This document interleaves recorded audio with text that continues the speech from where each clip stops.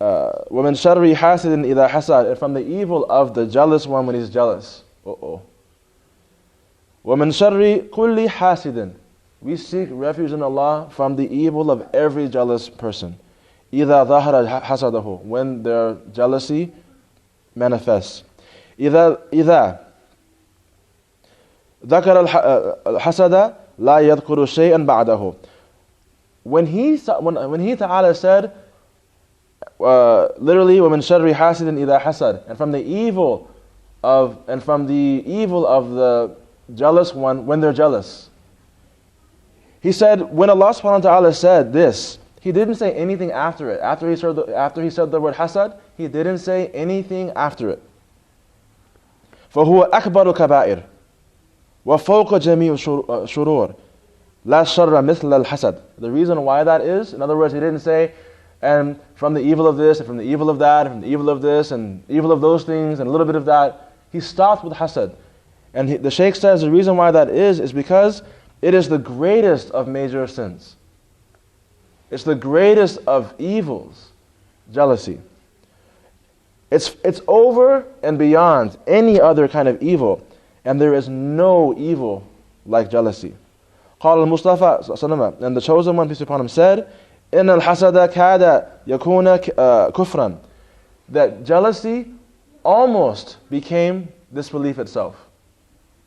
Makkiyatun sit ayat. It's a Meccan surah. Again, it's a surah that was revealed before migration to Medina to Munawwara. It is comprised of 6 verses. And as we said before, the Mu'awwidatayn, there are 11 verses because of the 11 knots and the 11 needles that were used in the magic against the Prophet, peace be upon him. Shaykh says, Allahu Akbar, la ilaha illallah, Allahu Akbar, wa lillahi alhamd. He says, God is greater, there is no God but God. God is greater, and for Him is the praise. Bismillah ar-Rahman ar-Rahim, Qul. In the name of God, the most gracious, the most merciful, say, Ya Muhammadu, O Muhammad sallallahu A'udhu, Asta'idu billah, I seek refuge, right, from harm and distress, as we said before, Billah, in God. Birabbin nas, Malikin nas, Ilahin nas, the Lord of people, the King of people, the God of people. Isti'ad al-Musta'id, Bismillahi tabarak wa ta'ala ar-Rabbu. This is the seeking of refuge by the one seeking of refuge with the name of Allah, the exalted, the blessed and the exalted, ar-Rabbu. Wa bismihi al-Maliku, wa bismihi al-Malik, wa bismihi Allah, Ilahun nas. So you have 3 names. He says, he's seeking refuge in Allah subhanahu wa ta'ala by the name Ar-Rabbu. Ar-Rabb means the Lord. That's how it's translated. It's not really what it means. The Rabb is the one who develops his slave in stages. It's in stages. It doesn't happen all at one time. The Quran was revealed in 23 years, for example. It didn't come down all at one time. Is that because God is incapacitated from doing so? No, it's because God's wisdom required that it be revealed in stages, because that's how we need things. And God knows how we need things. God gives us spiritual development according to our needs. If you see someone else, for example, they take Shahada or start practicing Islam or start to be religious, for example, and you're doing it at the same time, and that individual takes off, don't have jealousy about that person. The Lord's name, Ar-Rabb, manifested to them in a way that was appropriate for that person. And it's manifesting to you according to what you need. Ar-Rabbu. And Allah is Hakim, He's the wise. I've seen individuals, may Allah save us, I've seen individuals that might have, for example, taken Islam or became Muslims the same year I did, and they took off so much faster than I did. And nowadays you don't see them at all. You don't even know if they're Muslim anymore. You have no idea. Is it about speed? Mm-mm. This is a marathon, man. You want to do a sprint run in a marathon? No thanks. You have a cramp and you will fall out. If you're at the very end of the people, don't be surprised that at the end of this life you might be the only one left standing. And that's why we ask Allah for a good ending. Say Ameen, Ameen. So wa bismillah al-Malik, and by His name al-Malik, Malik is the king. Bismillahi Allah. And by his name Allah, the God of humanity. Min sharril waswasil khannas. From the evil of the whisperer who retracts. From the evil of the whisperer who retracts. استعاذ بالله من شر الشيطان هو الذي يوسوس في قلب الإنسان يأمره بالفحشاء والمنكر. And it's seeking refuge in Allah from the evil of shaitan. He's the one who whispers in the heart of man. يأمره بالفحشاء والمنكر. He commands the slave to do abominable and blameworthy things. Al-Khannas الذي يخنس إذا ذكر العبد ربه تبارك وتعالى. Al-Khannas, shaitan's called Al-Khannas. He's the one who retracts. Shaitan actually retracts when the slave remembers his Lord subhanahu wa ta'ala. So when you say Allah, shaitan takes off. When you stop saying Allah, guess who's back? Brother, how much dhikr should I be doing in my life? Answer your own question. As long as you want shaitan to stay away, that's how much you should do. الَّذِي يُوَسْوِسُ فِي صُدُورِ النَّاسِ مِنَ الْجِنَّةِ وَالنَّاسِ. The one who whispers in the chest or in the hearts of man from amongst the jinn and from amongst people.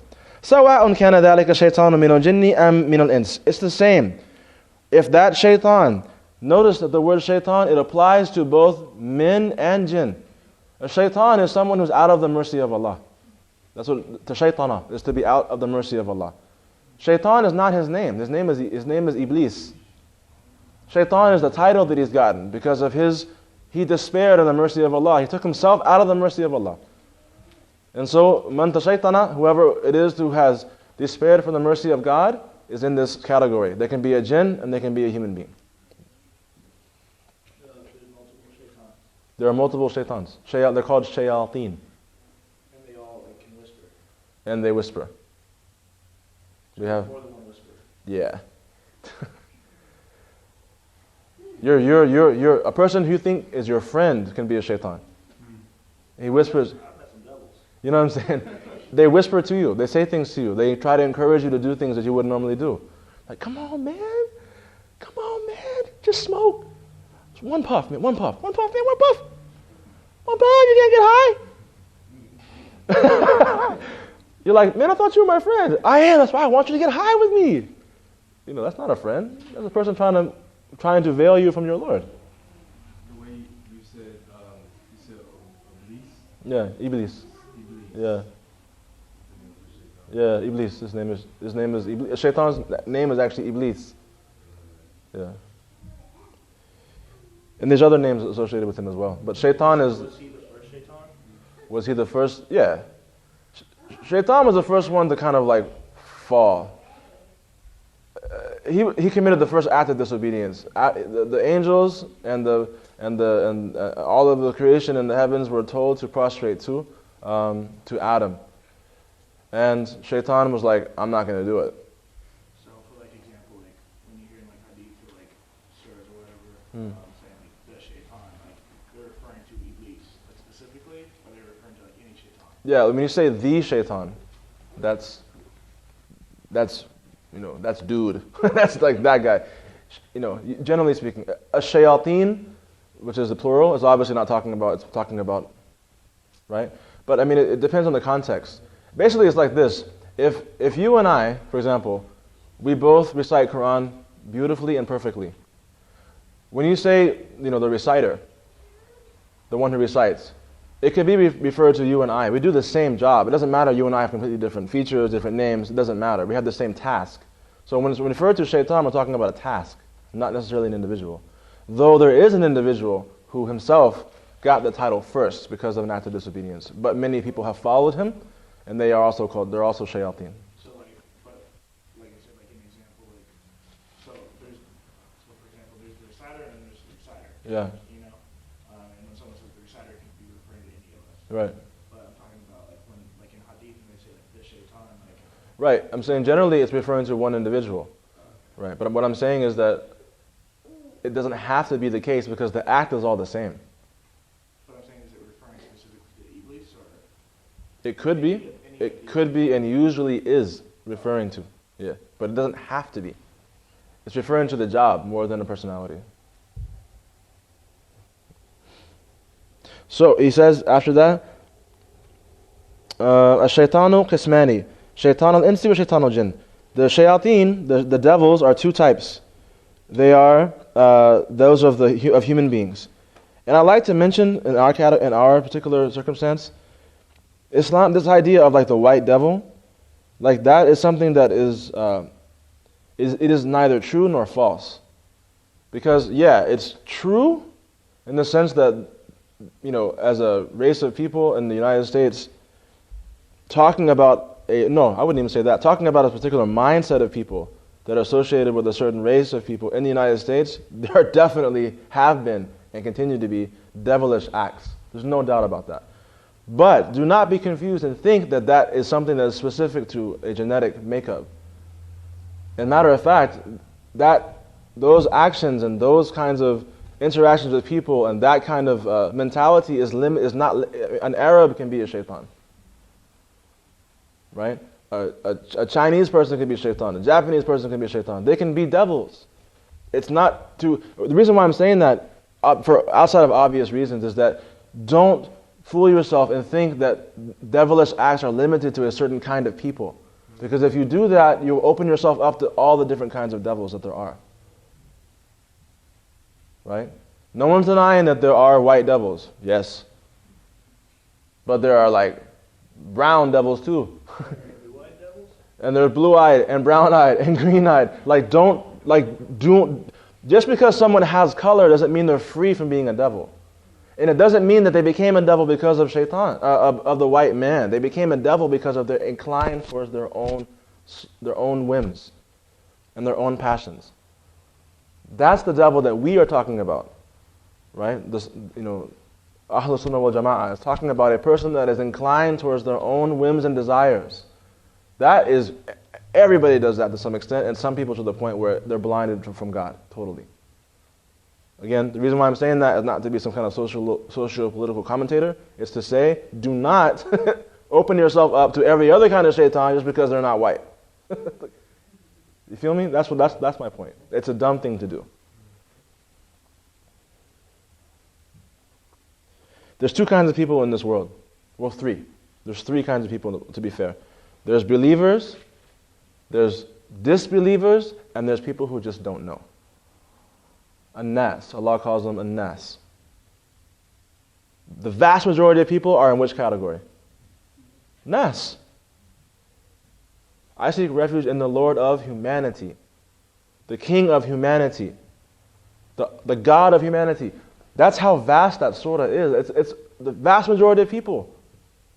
That's the vast majority of people are people. They're not believers or disbelievers. They're just like Chinese people, for example, right now.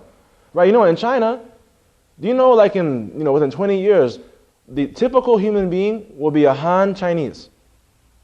The typical person on the face of the earth, just by looking at population, will be from Han Chinese people.